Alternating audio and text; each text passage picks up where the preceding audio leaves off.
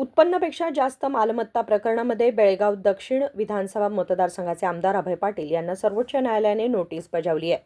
न्यायमूर्ती विक्रमनाथ यांच्या खंडपीठासमोर शुक्रवारी या प्रकरणाची सुनावणी झाली. हायकोर्टाच्या आदेशाला आव्हान देत लोकायुक्तांनी सर्वोच्च न्यायालयात याचिका दाखल केली आहे. या याचिकेवर सुनावणी करताना खंडपीठाने बेळगाव दक्षिणचे आमदार अभय पाटील यांना नोटीस जारी केली. तसेच पुढील सुनावणी 4 आठवड्यांसाठी तहकूब करण्यात आली.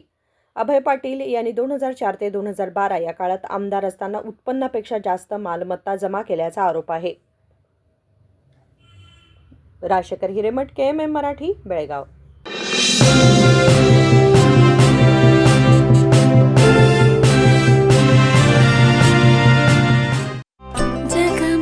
ಜಗಮಗ ಹೊಳೆಯುವ ಕಣ್ಣುಗಳು, ಹೃದಯದಿ ಹರುಷದ ಅಲೆಗಳು.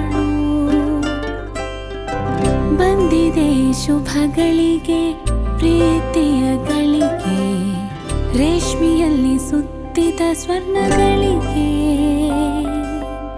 BS Channabasappa and Sons, The Textile Mall, Tilakvadi, Belagavi.